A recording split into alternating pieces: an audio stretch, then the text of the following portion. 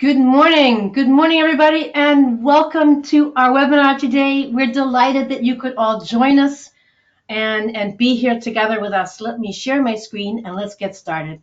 We are, as I said, delighted that you could be here and join us. We are going to be talking about online in India. It's a very exciting topic for us. And because of time differences and such, we have to start a little bit earlier than we normally do. Anyone doing business in India knows that you really need to get up early in the morning, get up maybe a little bit earlier than you're used to. And hold on, we're getting there in terms of sharing my screen. Ooh, not pretty. Here we go. This is looking a bit better. Hopefully that now looks a bit nicer for you. So we just while the last of you are logging on and such, we're excited to get started. We've got a lot of information in today's webinar, a lot of things going on. So with that, we're just while the last of you are logging on, let me do some very quick introductions. So just for myself, my name is Susanna. I'm Chief Content Officer with a company called IBT Online. We're delighted to be here today, and I'm delighted also to introduce my colleague, Hemisha. Hemisha Shah is with us. She's a senior online marketing manager, and she's really responsible for a lot of the work we do in India, particularly the online marketing side. So I'm going to be talking a little about websites in India, and Hemisha is going to be really talking more about the online social media environment and how to connect with your Indian prospects. We are super thrilled to have Lisa Bamford join us today. Lisa is Director of Global Marketing. She's also Director of Business Development. I forgot that in her title. Director of Global Marketing for an amazing company called Science6. Science6 is a North Carolina company, which is a really fantastic sort of testimonial American exporter success story. So we're going to let Lisa talk a bit about how Science6 succeeds in India and how that market has helped them get along. And then super thrilled also to have Anastasia. Anastasia is based in New Delhi and is with U.S. Commercial Services and Commercial Attaché at the U.S. Embassy, sort of the feet on the ground side for us in New Delhi today. And thank you, especially with the time difference, Anastasia. Very appreciated. Going to give you an overview of India, an overview of the main sectors as well in terms of business opportunities. And Francis, Global Team Leader for Asia at the U.S. Commercial Service. So Francis has a supervision over a big team, and she will be showing you some of the main activities and the reach of that team and where that goes and how that can really help you as an American exporter looking to do business in Asia. So that's going to be U.S. Commercial Service. Just a very quick word on IBT Online. IBT Online is a U.S. company. Our offices are in Florida, but also in a couple of other places in the U.S. And we basically do two things. We do websites and online marketing. We do everything online. So we help companies that want to do international work, and we give them online business development tools that allow them to really punch above their weight, really reach international markets and connect with prospective buyers and clients in those international markets. So the point is that it's always relevant to that exporter's local buyer, and you'll hear a lot about that in today's webinar. So there's lots of things you can go onto our website and look at and understand and think about India and other markets. And you can even watch this video. Anyway, there you go.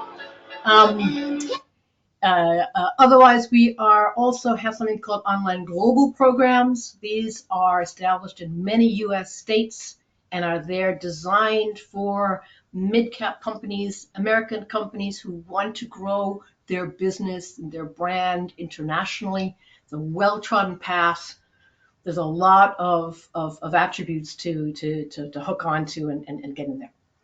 Our agenda today, I'm going to pass over to Francis and Anastasia to look at what U.S. Commercial Service does in India, how it can help you as, what are the services, what do they provide?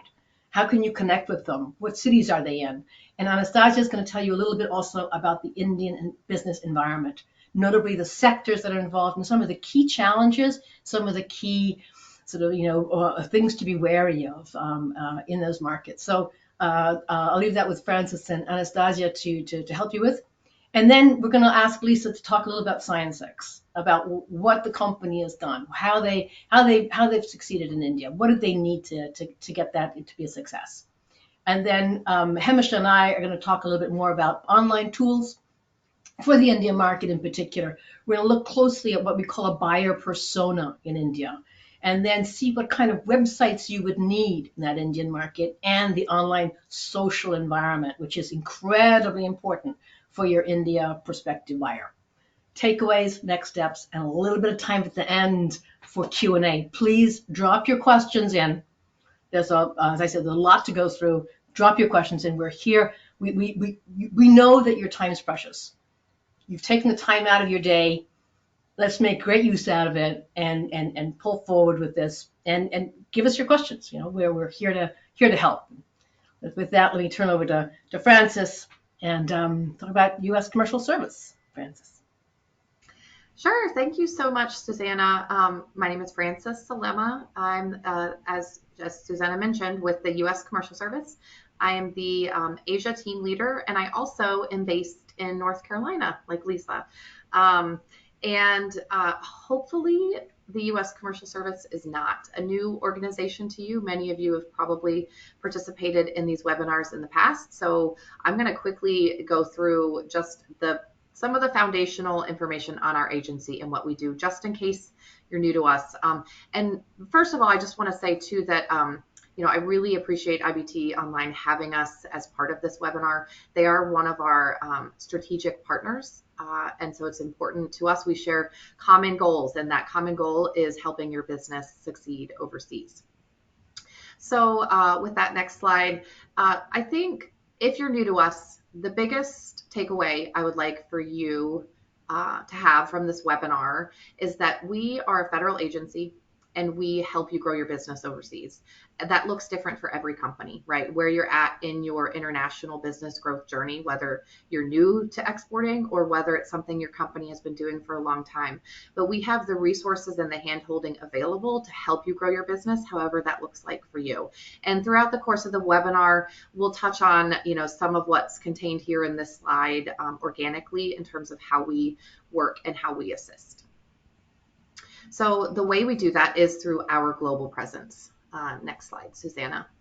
And no matter where your business is located throughout the United States, you have someone located close to you to help you in your journey. As I mentioned, I'm in North Carolina, so while I do lead the Asia team, I also work directly with North Carolina businesses in helping them grow their exports overseas. If you're in California, you've got somewhere close to you. If you're in Iowa, wherever you're at in the United States, we have a local office that can work with you. And then we also work through our embassy and consulate network worldwide. And as Susanna mentioned, that's our boots on the ground. So our offices that are based within each country, or in some countries we have a partnership agreement where we don't have a direct presence. And those offices are, what gets you connected to the on-the-ground opportunities. And that's where my colleague Anastasia will speak in just a moment.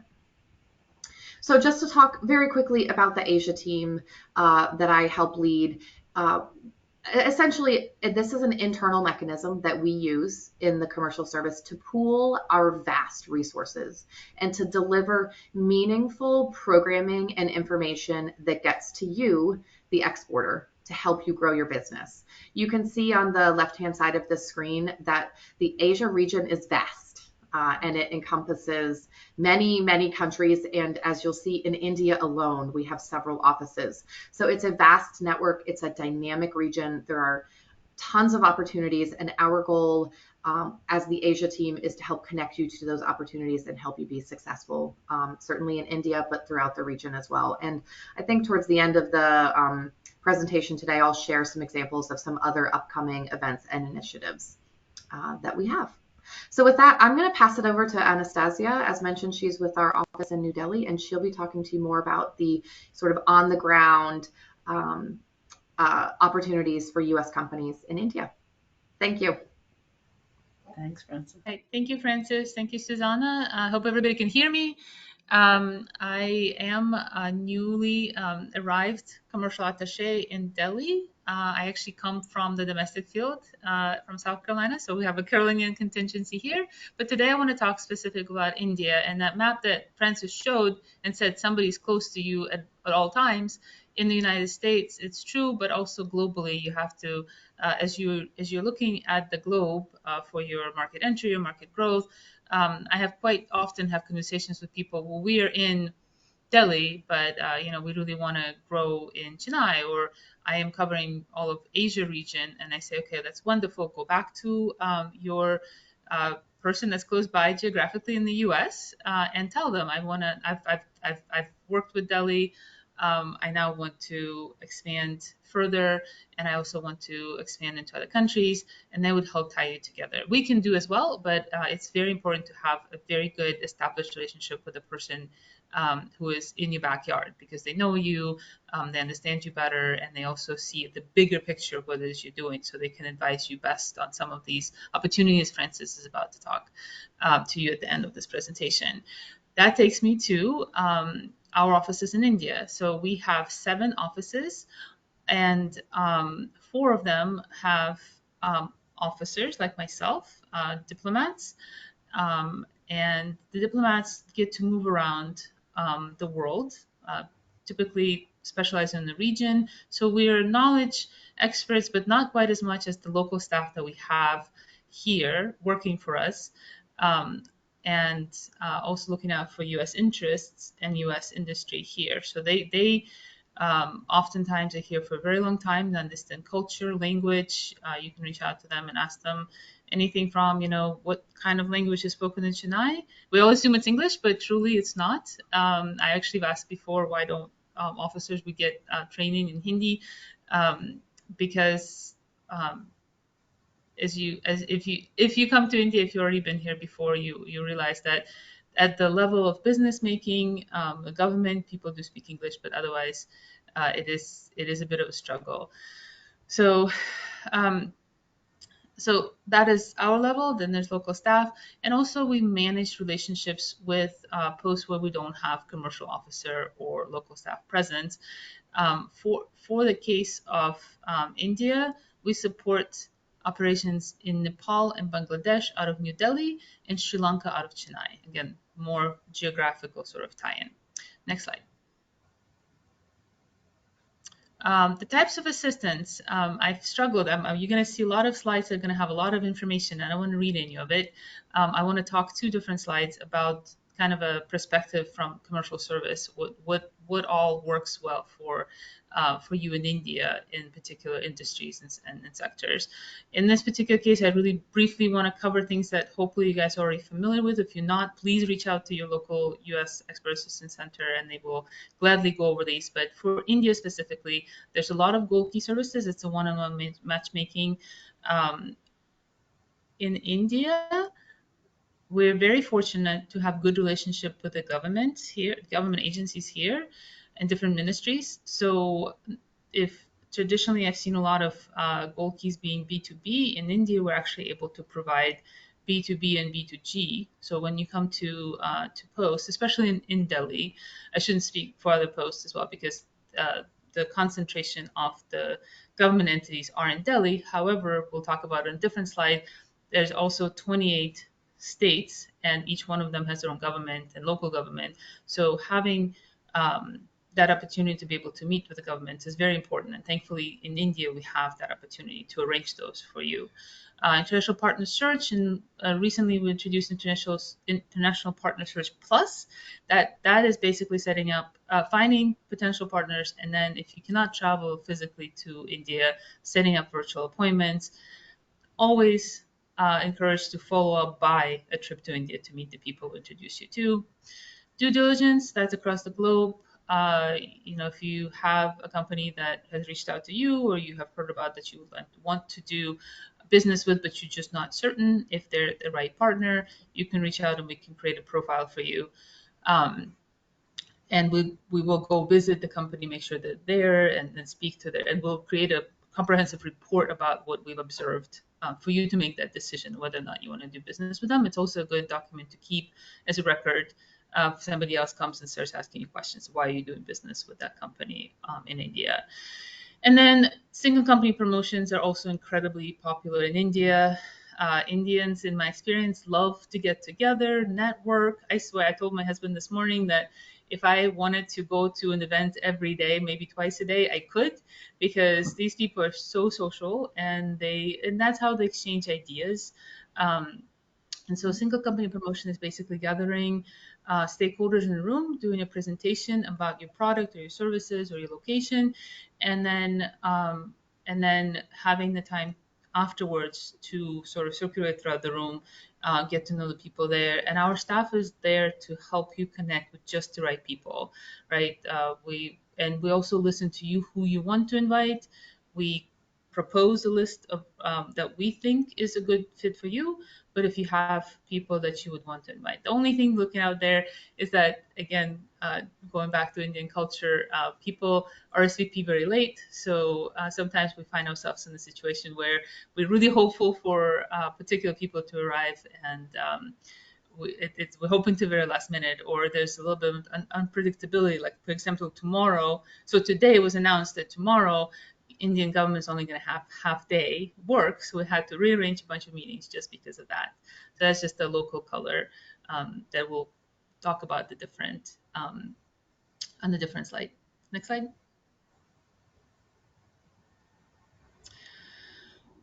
Political overview. I already mentioned the 28 states, which throws in a curveball about, different states have different interests in different industries and business, attracting investments or exporting, supporting their local labor force. So that is something to pay attention to as you enter or grow in the market. It is world's largest democracy with 1.3 billion citizens, which I'll touch later on the ICT slide a little bit. And so all of these different things on the slide sort of touch on what we'll talk about in the industry slides, right? The next slide. Economic overview. Here, I wanted to highlight that as I was updating the slides, and a lot of this information you'll see is 2022 because we just switched over to 2024. So we're still waiting for some of the statistics to be announced for 2023. However, the GDP growth is 2023, and as projected, it did increase. So that's a very good trajectory. Looking at a healthy economy, and as I mentioned, the largest democracy in the world, you have the stability of coming and establishing your business here and knowing that you're moving in the positive direction. 10th largest trading partner of the U.S. I actually also looked up this for historical data, and that fluctuates up and down. So actually, it dropped down one from last year, or I think, yeah, 10th was 2023, so before it was 9th. So you'll see in the next couple of slides, I'll talk a little bit about why that could be. Next slide. Bilateral engagement. I mentioned already that we are very fortunate and privileged to have good relationship with the government of India and the different ministries. We, in the last, I would say, year and a half, definitely a year, the post in India, the embassy in India has hosted a multitude of U.S. officials. In the beginning of 2023, we hosted the commercial Secretary Raimondo, and you'll see here some of the outcomes of that visit. There's a U.S. and India commercial dialogue was reestablished.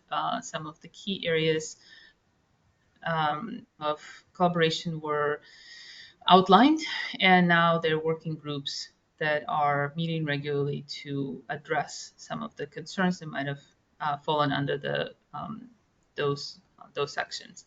So it basically just demonstrates the healthy relationship of dialogue and continuing striving for improvement of our relationship and creating a more level playing field for U.S. companies as well as Indian companies. That I think now more and more India is interested in taking care of their own and sort of creating this balance, not just trade balance, but also just the balance of ideas, innovation, to support their growing population.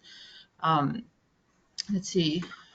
It also allows for a lot of input by industry. For example, last week we hosted USTR Ambassador Tai. She participated in multiple roundtables, engaging through the associations here, who are incredibly active, and from taking the opportunity to bring up some of the regulatory issues, trade barriers, to also sitting down and hearing success stories from small, medium-sized businesses here in India, who've entered the Indian market, or on the flip side, also Indian companies who are using e-commerce to work with US. So it's a very productive environment to be able to exchange thoughts and ideas and concerns, and then that those concerns can be addressed. Next. Looking ahead, again, I've only been here for a few months, but I feel like I hear every day about the different goals that the Indian government has outlined for itself, for its economy, for its industries. So it's sometimes it seems overwhelming that these goals are very lofty, but that means that there's opportunity for U.S. businesses to plug in, to introduce their technology, to let their voice be heard. And so they are interested in foreign investment and interested in engaging their labor force.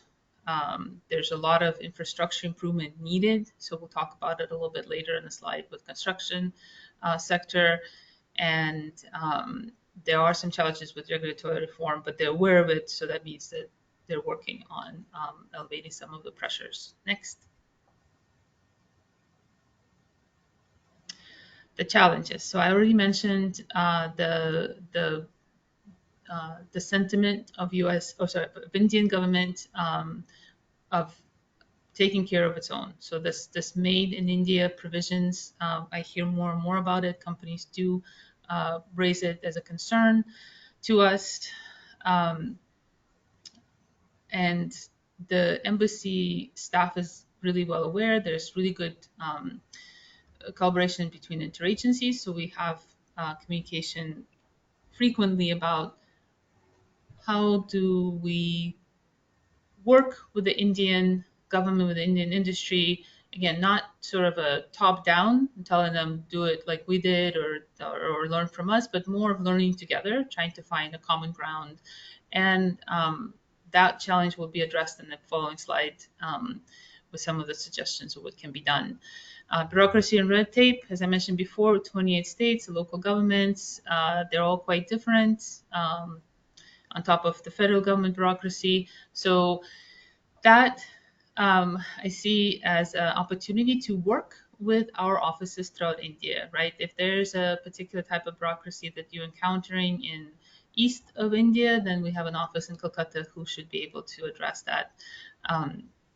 If you are finding some red tape in Bangalore, then speaking with the office there or in that region, right? They have the regional knowledge and connections to assist you in that. So corruption is difficult to address. We do have law enforcement offices here in the embassy, so at worst comes to worst, you can always report it and see what can be done on the sort of a diplomatic level. Price controls, the market is very price sensitive, but it also doesn't help that the government, again, is trying to look out for its own by controlling the prices of particular items, and makes it even harder for US businesses to enter the market. Harder to enforce contracts and IPR issues. We have actually USPTO office here. It's 4 strong. So if you encounter any issues in IPR, it's always good to be prepared ahead of time. Taking me back to UZX and going back to your local trade specialist and discussing how to prepare beforehand entering the different markets, not just India. But if you do encounter IPR here, then we have a team that can address those challenges, as well as they're constantly trying to address it on more of a diplomatic level with our counterparts in the Indian government. Next. So tips for success should be addressing the challenges. As I mentioned, boots on the ground. One is you have our staff helping you here, so please don't be shy. Reach out to us. We can put you in touch with the correct person, and depending on the region of the country you're working on. And then it takes us to all the different services already outlined. We want you to be able to find trusted partners that you can have a relationship with for years to come. If for some reason if the relationship did not work out, we're also here to try to find a solution, I also seen companies who come here, they find a partner, and for some of the bigger events that I'll cover in a minute, they will also bring their partner to those events to help find the end user for their products or services. So there's kind of a multi-layered approach, which I think benefits both you, the US company, through the partners that we help you find here. Aftermarket entry, again, going back to all of us are very much aware of our local ecosystem, with Chennai covering Bangalore, Hyderabad covers Kolkata, and Mumbai covers Ahmedabad. We are constantly in contact with the second to third tier cities, and we design programs, trade programs, to attract US businesses to those areas that are less explored. Everybody knows Delhi, everybody knows Mumbai, but we really want people to come to India and explore. So it's a huge country. It's very difficult to sort of comprehend all in once, but in a very, very different environments in different parts of the country. So we're here to help you address those issues. That's your that once you're here, we want you to grow exponentially throughout the country, not just in one place. After sales service is key. That speaks for itself. And then the 4 P's of India. Price, I already mentioned, very price sensitive. So finding ways to maybe combine making things here, or finding partners that can help you with price, being competitive in the market. Goes to the second P, partners, and then have a lot of patience and persistence. Things do take a very long time here, but as I mentioned, people are very friendly, and they just there's a lot of personal touch points that you will have before you actually come to a success. But many people do find success in India, so just keep that in your forward goal. Next slide. I'm just going to jump in, Anastasia, for a second. If we just conscious of time, I wondered if we could also use some of the next slides, just to highlight things, and Yes. if that's okay. I'm sorry. Yeah, I'm so sorry. No, please go ahead and go to the next slide. And all I really want, there's a lot of information in this slide. I just wanted to highlight some of the things that we do that apply to that sector. So for aerospace, you will see some of these key opportunities and projects that were a success. Keep in mind that we have advocacy services. Those are specific to government tender. So if you find yourself in any of these industries, but specifically it works for these larger government-related sectors, this one and the following slide, defense, please reach out to us. We want to, and if you're wanting U.S. Government officials to advocate on your behalf within a particular tender, that is something to keep in mind, and reach out to us to find out more about that. Next slide. Defense also applies. Defense also works with advocacy, but also just the fact that it is a very large embassy staff here in Delhi, and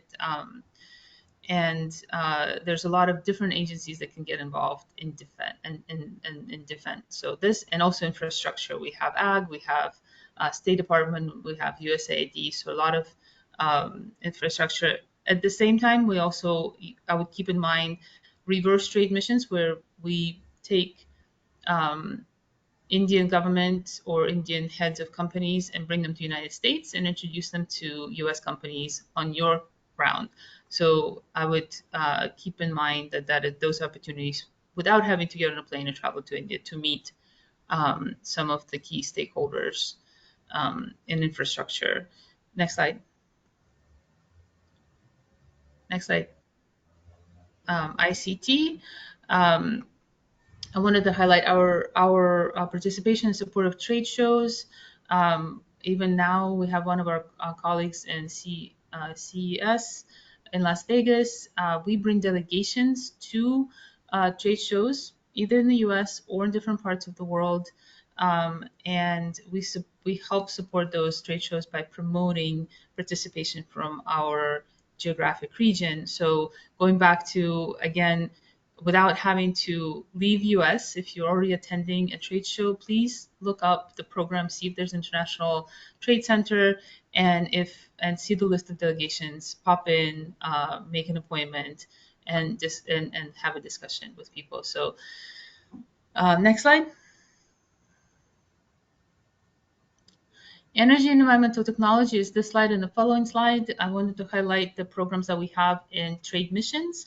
We have a trade mission coming actually here in March, and we're bringing about 15 to 20 companies who will have an opportunity not only to meet with one-on-one with potential partners, but also have roundtables with key stakeholders in the government and also associations and industry to sort of exchange ideas, present their products and services, and grow their business that way. So just one of the things that you can do with us is be on the lookout for some of these programs and join whenever opportunities come.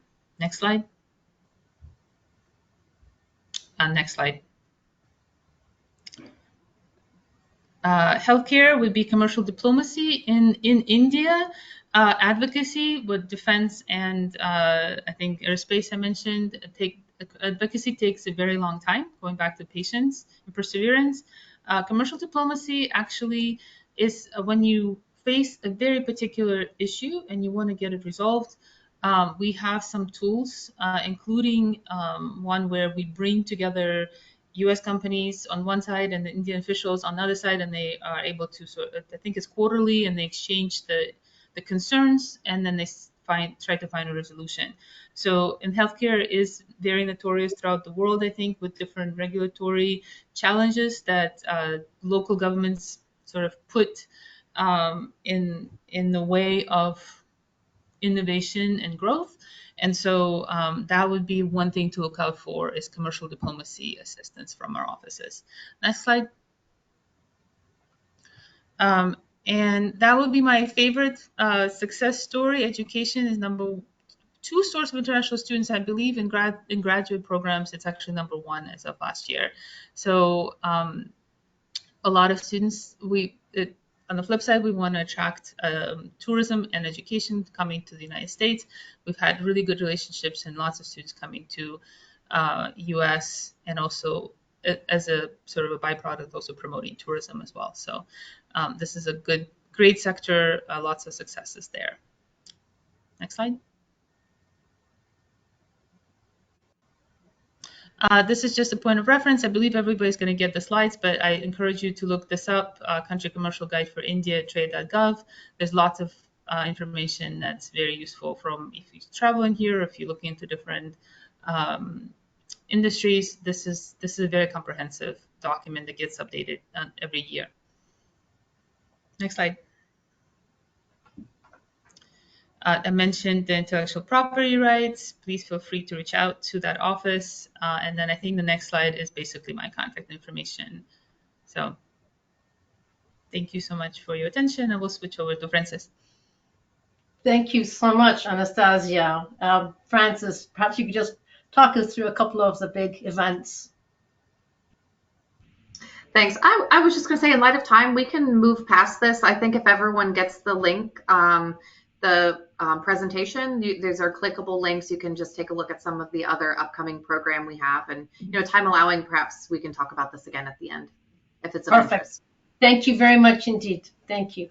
In that case, I want to pass over to Lisa.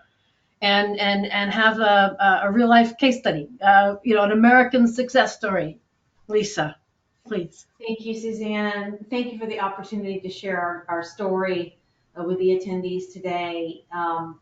2023 has been a milestone year for us.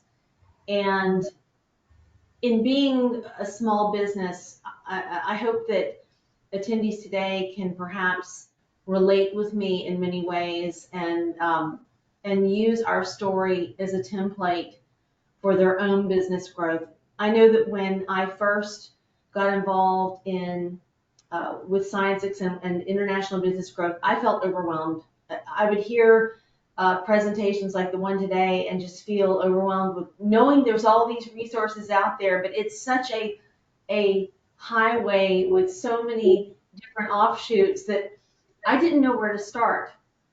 Now, who is Scientix? Who are we? What do we do? Well, we impact you in some way or another, because if you take medicine, and I think probably everyone on this phone call either does or knows someone who does or has in their past, we support and manufacture parts for the laboratory instruments that measure out your medicine to make it safe.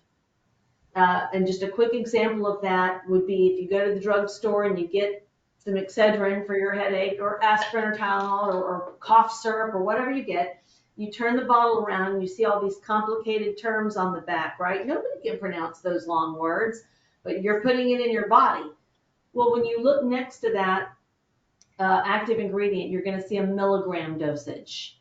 In this case, the painkiller, which is called acetaminophen, 250 milligrams. Now, we don't think about this. We pop the pill, we feel better, we get the vaccine, and we go along our way. But a lot of scientific research has to go into measuring out and quantifying the dosage of medicine that's going to be just enough to be effective and not too much to be dangerous. So that's the type of work that we do. We have customers in over 100 countries. We were founded in 1985 in Burnsville, Minnesota, and then expanded our business in 2019 to North Carolina. That's where I came into the mix, because born and raised in North Carolina, when Scientix opened up a second location here, I came on board in 2021, mid-pandemic, and was challenged to help grow the business, particularly with international sales, because we had international sales organically since our founding, but there had never been a strategy put into place. And so here's the pandemic, the world is standing still, customers need medication, vaccines need to be developed quicker than ever. And so it was an opportunity for us as a small business, particularly within the healthcare sector, to grow, but we needed a strategy. What did I do? I went to Google. I Googled small business support and made a couple of phone calls and basically sent up the smoke signal for help, which is what many of you feel like you want to do right now. Been there. And met some wonderful small business supporters who quickly put me in touch with IBT Online.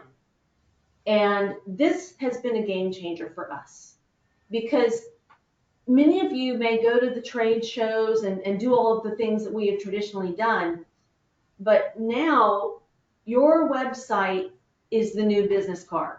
If you go to trade shows, people are not exchanging business cards as much anymore.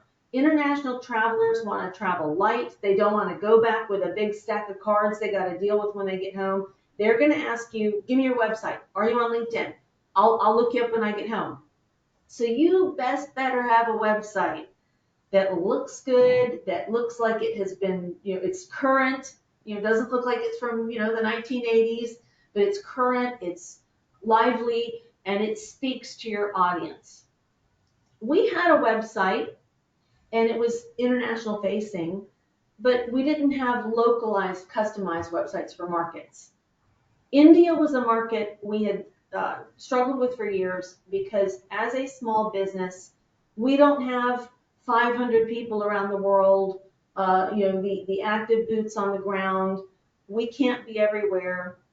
So our website now becomes our sales force, our calling card, and IBT Online responded immediately. I think within less than an hour of my reaching out to them, I had an email and it was press go. And it was so easy. I look back and think, I cannot believe how easy they made it for me and literally took me by the hand and said, okay, we want to learn about your business. Tell us about Science 6. And then essentially they helped put a plan in place to begin building out a localized website. I told them I want to target India because we got to get in there and grow some business. And we were able to use the STEP grant funds available to us as a small business that helped shoulder the cost for this. And so we built that website. We started using it to market. And then from 2022, which it was 2022 when we began engaging with IBT Online, when I look at what happened in India from 2022 to 2023, not only did business grow, but in 2022 to 2023 in India alone, we over then doubled our business there. Almost tripled, but not quite, but doubled. And we know that is a result of the assistance and support we've gotten through IBT Online. Last year, because of our exporting business and the growth, we were awarded the United States Small Business Administration's National Exporter of the Year award. That award is given to one company out of 33 million small businesses across the country. Yes, you heard that right, and I'm still pinching myself about this. 33 million businesses, small businesses in the U.S., and because of the support we were given and the growth we were able to achieve, we were standing at the White House, shaking hands with a gentleman named Joe, and it still feels very surreal to me.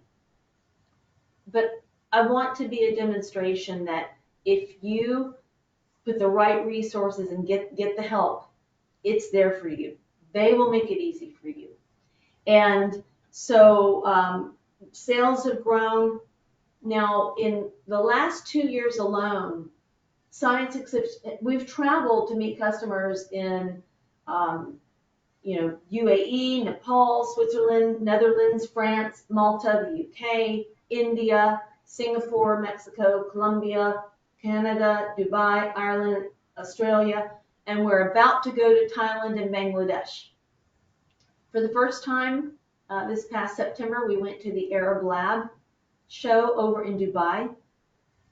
U.S. Commercial Services, boy, that was a game changer for us as well, because again, it's that partnering with the right people who can be boots on the ground. Here's what I learned about India. Anastasia made a very good point earlier. This is a very social culture. So they want to do business with friends and neighbors and people they can socialize with and be easily accessible. I'm over here in North Carolina. What do? So I reached out and partnered with U.S. Commercial Services and said, we're going to be going to a trade show in Dubai. There are going to be a lot of customers coming to that show from India. Can you help me vet out some good distributors who we could meet with while we're there so that we can make the best use of our time and hopefully come home making some good friends? And so U.S. Commercial Services is able to go in and vet out effective distributors for you. And they'll even tell you, hey, we looked at this one and that's not going to be a great one for you, but this one is. They can do all of that homework for you. And then also help facilitate introductions and meetings at your booth while you're there. So that ended up being a very fruitful trade show for us. Again, watching our numbers go up in India has been really fun to do from over here in North Carolina, but it was having the right partners in the right place at the right time. And so now that we're about to go to Thailand and Bangladesh, again, U.S. Commercial Services was able to help me look at some distributing partners in Thailand, and we're already having those conversations with them. So one other thing I want to point out, with the support of IBT Online and the U.S. Commercial Services, and you'll find that these organizations work very well together. You're going to make new friends in both organizations, and they're going to be very ready to help you. So in 2021, we looked at our total global sales. And at that point, 2021, mid-pandemic, about 26% of our overall sales were international. So almost a third, 26%. 2022, 31% of our overall sales were international. That was the year we brought in IBT Online and US Commercial Services. So keep that number in mind, 31%, so just over a third. From 22 to 23, now we had the website going, we're going to the trade shows, we're meeting with distributors. We have jumped to 36% of our overall total sales being international. And that's not a coincidence. There was a strategy put in place with the right people and the right partners and the right assistants. And Susanna, you don't even know this yet. I don't think I told you. But we had done another website with IBT Online for our Latin America. I know that's not our focus in the discussion today, but I do want to highlight what IBT Online did for us in Latin America. And so from 22 to 23, our business in Latin America, they jumped up to our number 3, top 3 international sales markets over the last year. So business grew there as well. These websites become very, very important. And if you're not thinking strategy with international business, this is the year to do it, because you've got to have a plan in place. And I'll wrap this up quickly so we can go to some Q&A. But for example, right now things are happening around the world that are going to be impacting your business. We've got areas of the world where there are wars, different sanctions being put in place. For example, we lost business in Russia when those sanctions were put in place. Thank goodness we had a plan going for India. We could make up for that lost business. So get the plan in place. You've now been introduced to 2 organizations that are sitting on Go to help you, IBT Online, the US Commercial Services. You've got contact information. And so I would encourage you after this call today, review those slides you saw that Anastasia presented and get the contact information and just send an email. Send an email. Right now you're looking at this just hot off the press. This just came to us this week. It's going out to customers this week. I designed a cover for our 2024 product catalog because we had grown so much with our international business. I wanted to reflect it on the cover. This is a very exciting cover for us. We do business in all of those countries you see there with those different flags. And yes, those are some of my lovely Science 6 colleagues on the cover with a package for a customer ready to go because we do ship internationally. But we're really excited that 2023 was such a milestone year, and we feel very prepared for 2024. Even in a world of uncertainty, we don't know what's coming down the pipe. Yes, there are economic challenges. Yes, there's going to be a presidential election in the US. There's a lot going on. So get your friends in place at IBT Online, US Commercial Services, send the email, make the phone call, and know that when you do that, don't be afraid of what you don't know, because they're going to come right in, hold your hand like they did with me, and not only help you learn what you don't know, but they'll do a lot of that legwork and heavy lifting for you so you can focus on what you need to focus on as a business and not be distracted. So I'm going to pass it back to Susanna. We may have some Q&A, or Susanna, you may have something, a Q&A for me as well. But I'm just Lisa, really thank you so much. IBT Online and US Commercial Services have given us a milestone year that we will never forget. And let's do it again in 24. Yeah, let's do it again. That's what I ought to hear as well. Thank you very, very much, Lisa. That's fantastic. I'm going to zoom through some other slides now and then see if there's some questions coming in. A lot of them are for you, Lisa. But I think the big takeaway that you put so well is, exporting can be daunting. Don't do it alone. U.S. exporters are incredibly privileged. They've got U.S. commercial service. They've got private companies like us. Don't do it alone. And Lisa, thank you for emphasizing that point. Right. We've got like 10 minutes. So I'm just gonna zoom through some of these and Hamisha as well. You've got the slide deck. We're gonna put up the high points and get back to us if you want questions. Anastasia has given you a ton of information already about India and things, but there's a couple of things that we need to highlight from an online perspective. These are things that affect the online world. If you want to have an online presence in India, there's a couple of things you need to know. One, they're incredibly young, which means they are early adopters. They love their tech. So don't be slow on the tech. If you've got an old-fashioned website, they look at it and go, yuck.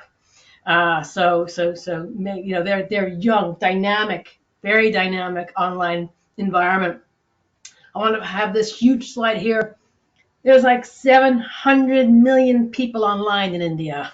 700 million people, half the population, and they spend 6.5 hours a day online, mostly on their telephone.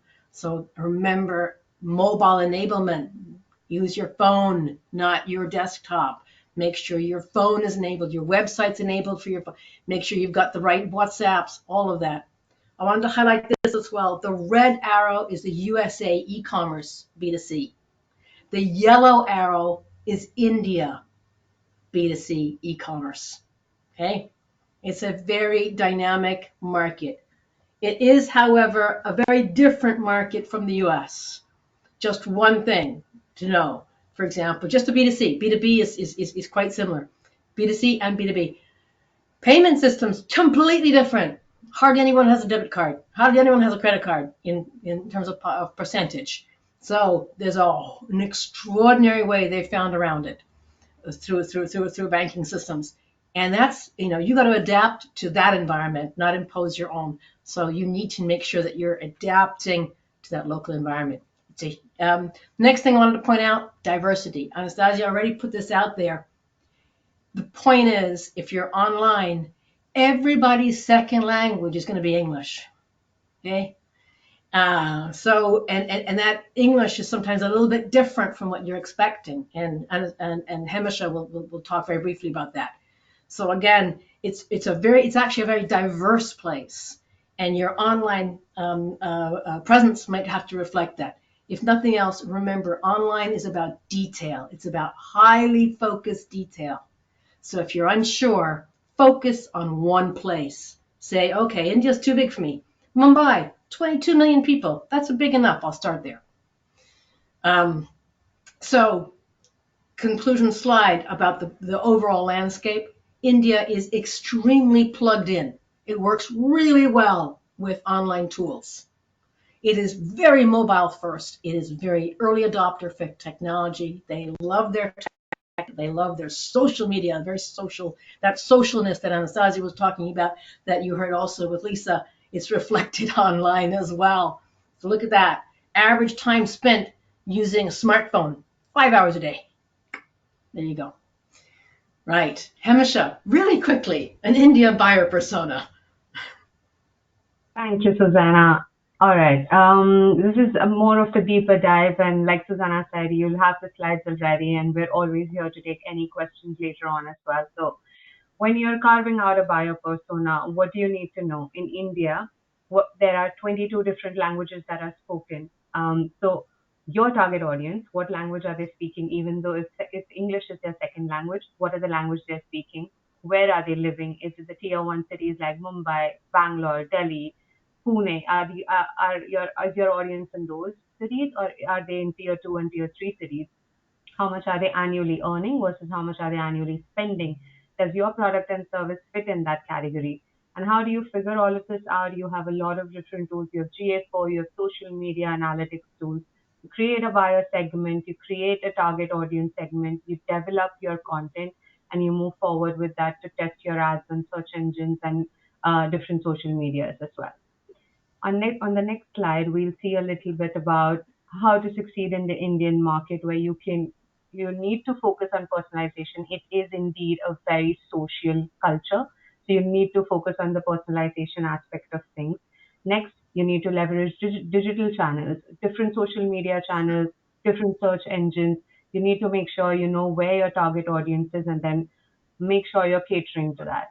Number three, you need to build relationships with people. I think it was correctly mentioned that people in India want to do business with their neighbors, with their friends, with people they know, everybody who is going to help their business and help it make better. So build relationships. Number four, you need to emphasize on products or the services that you have. And number five, you need to leverage all the partnerships that there are that you have. Very quickly streaming through a example of which is a US-based company called Zipcar. This is a very good buyer persona example that Zipcar came through with, where in their advertising on their social media, on the website, and everywhere else, they made sure that the vision statement was communicated. They're urban, they're educated, they're tech savvy, they're conscious about the environment. All of this also came in on their social media and on their website. And a similar example of that is Zoomcar, which is in India, which also caters to a very similar audience. And then you'll also see the same attributes being passed on onto their ads that they did on digital media. Moving on to the next slide, we can see that we need to do a full circle when we're doing digital marketing in India, which means we need to know our buyer persona. We need to know our buyer's journey. We need to make sure we have the right content, and then we are repurposing this content on the right platform. When we speak of digital, usually two things come in mind. One is, of course, search engine advertising, and the other one is search engine optimization. If we move to the next slide, we'll see that before beginning anything on search engine advertising, we need to make sure that we're doing good keyword research. This is a classic example of how English, even if it's English, can be very different for different markets. So you have gas versus petrol, motorbike versus motorcycle. So you might be thinking that you are communicating in English, but it might be a very different English altogether. Moving to the next slide, Google Ads. Well, let me tell you, 97%, Google has 97% of the market share in India in terms of search engines. It's definitely the place you need to be and your brand needs to be present on. And then we, of course, have different kind of social networks as well. Very surprisingly, a fun fact on the next slide, you'll see that 77% of buyers in India prefer to buy online, out of which 70% of them usually buy from mobile. So you definitely need to be mobile first, and you need to be conscious that you have a website that is also very compatible with all devices, including mobile on number one. To summarize, let's just go over the top five things you need to be doing when you are entering a vast and a diverse market like India. Know your audience. You need to be present on Google, so you need to make sure you have a localized website. Choose the right social media platforms to reach out to your audience. Set your goals and KPIs. Start talking to these people. Start having a personalized approach to communicate to these people. And once you have tested out all of these things, you just need to lather, rinse, and repeat to optimize for best performance. With that, I'm going to quickly hand it back to Susanna to see if there are any questions or final takeaways. We do have some questions, and we're really running against the clock. Our main takeaways for us: you need to make sure your online tools are working hard for you, and they should work extra hard for you for your export markets to be successful. The future of sales, you need online tools. India, very, very online place, very reactive, very sociable, very mobile friendly, early adopters, great place to have high functioning, performing online assets. And that starts with localized websites. A localized website means a localized for your local buyer persona. So not your US buyer persona, but your export buyer persona. So your first takeaway, make sure you've got really great online tools. And it includes social media, online marketing, online marketing, reaching the right people at the right time, when they want, how they want, is effective. There's a ton of research and stuff you can download for free on our website. If you go to ibt.onl, that's our website, and go to resources, there's masses of stuff that you can download for free. And I wanted to highlight again U.S. commercial service, and obviously an enormous resource for American exporters. And there's a whole bunch of stuff coming up with trade missions to Singapore, to India, to Japan, to South Korea, all kinds of things in terms of webinars, trade missions, trade events. And you can even sign up for a newsletter. There's a ton of questions, and we've hitting our time. So I'm going to give Lisa. There's three that have come in. They're almost all the same. So I'm just going to address one question to you, which is basically how did these websites react? Did you have local partners? If so, did they like or dislike those websites? Local partners. Like a distributor or anything like that. For example, one question: Absolutely. if you've got a distributor in India, is that a good thing? Are you taking business from them? Absolutely. It's almost like you could consider it, bait on the hook, if you will, because that website, when people can see a website and feel like it's speaking to them, it's not just a generalized one size fits all, but they see their flag there. IBT Online will make it look the way they know it would appeal to that specific target audience. So you don't even have to do all the homework. They'll do that. They'll suggest the visuals or the things that should be there.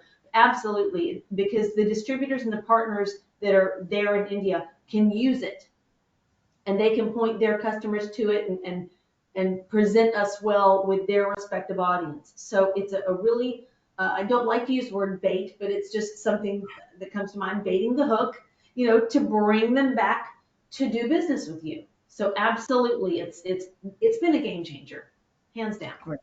Okay, great. I am very conscious of time. I promised the audiences we would always stop after 1 hour. I'll be 2 minutes over. So we've got a ton of other questions. We will answer them individually via email. I want to thank Francis and Anastasia in particular for the amount of support they give American exporters, the amount of help they give anyone looking to go to India. Get in touch with Anastasia and Francis as team leader for Asia, if you're looking for the other Asian markets as well. Lisa, as always, a delight, and thank you for being such a champion, such an amazing champion for American exporters everywhere. It's really fantastic that you're here. Hamisha, thank you for zooming through.